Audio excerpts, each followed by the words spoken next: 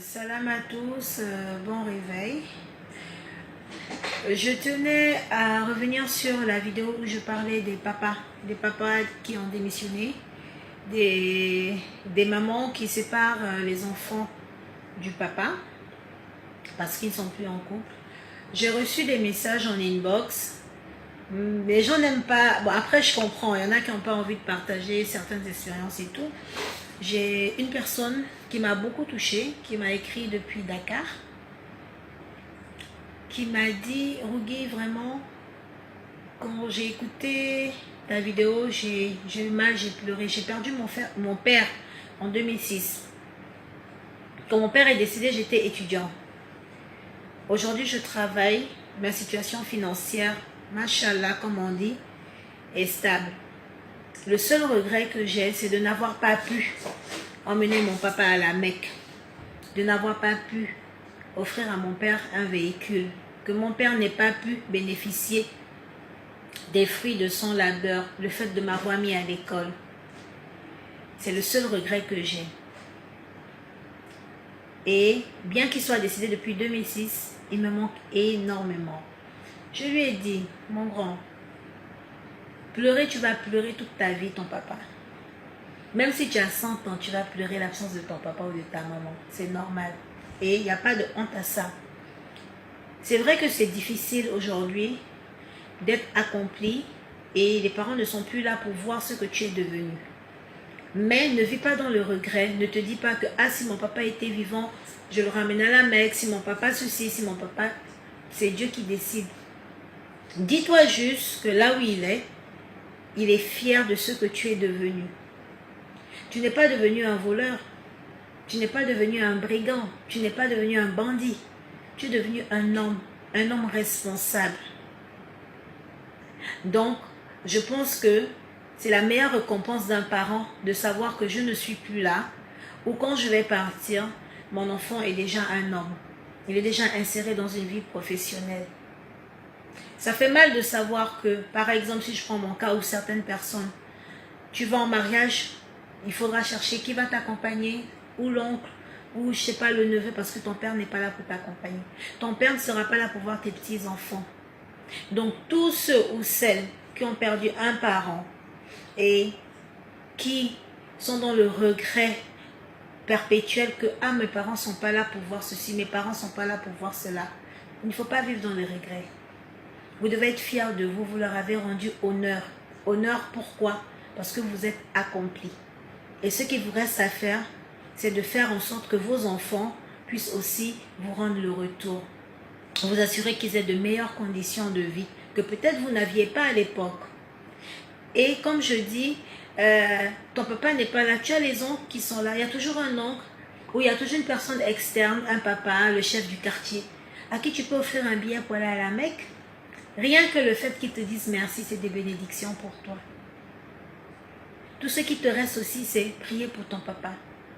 Faire des sacrifices, faire des aumônes. Donc, courage, la vie est ainsi faite. C'est comme ça. Et merci de m'avoir écrit et j'étais ravie d'échanger avec toi.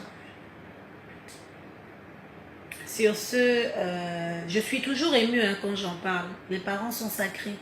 Ceux qui ne s'occupent pas de leurs parents, bien qu'ils peuvent le faire, revenez à la raison. On n'a qu'un père, on n'a qu'une mère. Il y a des papas qui ne sont pas faciles à vivre. Il y a des mamans qui ne sont pas faciles à vivre. Qui ne s'est pas assis une fois pour dire: papa aussi il est trop. La vie aussi elle abuse. Mais c'est comme ça, vous n'allez vous rendre compte de leur importance que quand ils vont partir. Parfois même tu seras assis, son bruit va te manquer. Si elle était là encore, elle allait me dire ceci. Après on en rit, c'est comme ça. Après il y a les conflits de génération. Honorez vos parents pendant qu'ils sont encore là. Chouchoutez-les, accordez l'amour qu'il faut. On n'a pas besoin d'être millionnaire pour s'occuper de son papa.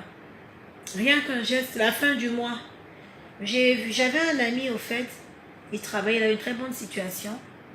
Donc je lui ai dit: mais qu'est-ce que tu as offert à papa à la fin du mois? Il me dit: je vais lui offrir quand mon père travaille, il a ses maisons. Je lui ai dit: non, c'est pas parce que ton père a ses maisons que tu ne dois pas chaque fin du mois aller lui donner quelque chose. Mais il n'en a pas besoin. Je lui ai dit: non, c'est le geste qui compte. Même la maman, vice versa. Aujourd'hui, tu travailles. La fin du mois, tu vas acheter un petit parfum, maman. C'est pas forcément l'argent, c'est pas l'argent. Un petit cadeau, un parfum. Ou la fin du mois, ah maman, voici 20 000 francs pour les unités. Même si elle gagne des milliards, ne regarde pas ça. Chaque fin du mois qui viendra, même si ta maman a des millions, des milliards dans son compte, elle n'attendra qu'une seule chose. Ah, mais mon fils n'est pas encore arrivé. Chaque mois, il me donne 20 000.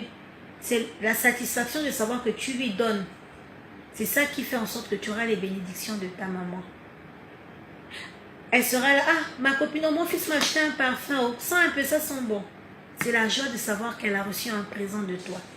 Pas parce que tu viens donner 1 million chaque 4 mois. Elle n'a pas besoin de ça. Chaque mois, ça ne te coûte rien. Ah maman, voici le crédit. Hein. Non, non, non, le mois là, je paye ton loyer. C'est des gestes. Et beaucoup ne le font pas. Beaucoup ne le font pas. Pourquoi, je ne saurais vous dire.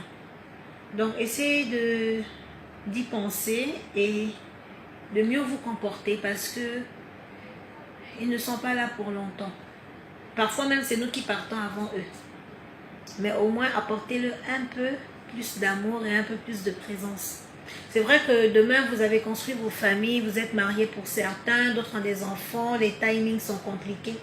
Mais quand quelqu'un me dit, ah, la dernière fois que j'ai vu ma mère, c'est il y a 3 mois, 4 mois, et que je te demande, tu habites où, tu me dis, je suis au charbonnage, maman est où, elle est à Québec. Je suis choquée. Si tu me dis, mais maman est en Toum, je peux comprendre que, ah, après le boulot, il faut aller en Toum, c'est compliqué. Tu ne peux pas être dans la même ville que tes parents et puis tu les vois une fois chaque 4 mois. C'est quoi le problème? Une fois par semaine, tu vas, on n'a pas dit de partir, passer la journée. C'est juste 5 minutes. Ah, bonjour maman, comment tu vas, la santé? C'était juste un coucou et puis tu pars. Ça fait plaisir de savoir que les enfants viennent dire bonjour.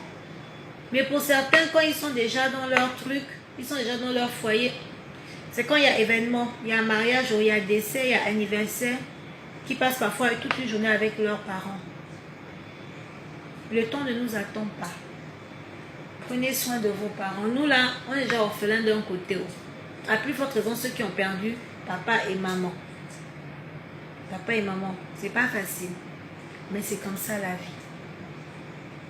Donc mon grand S, soit 3 points de suspension. Courage à toi et dis-toi que ton papa, de là où il est fier de ce que tu es. Allez, gros bisous à vous. Portez-vous bien.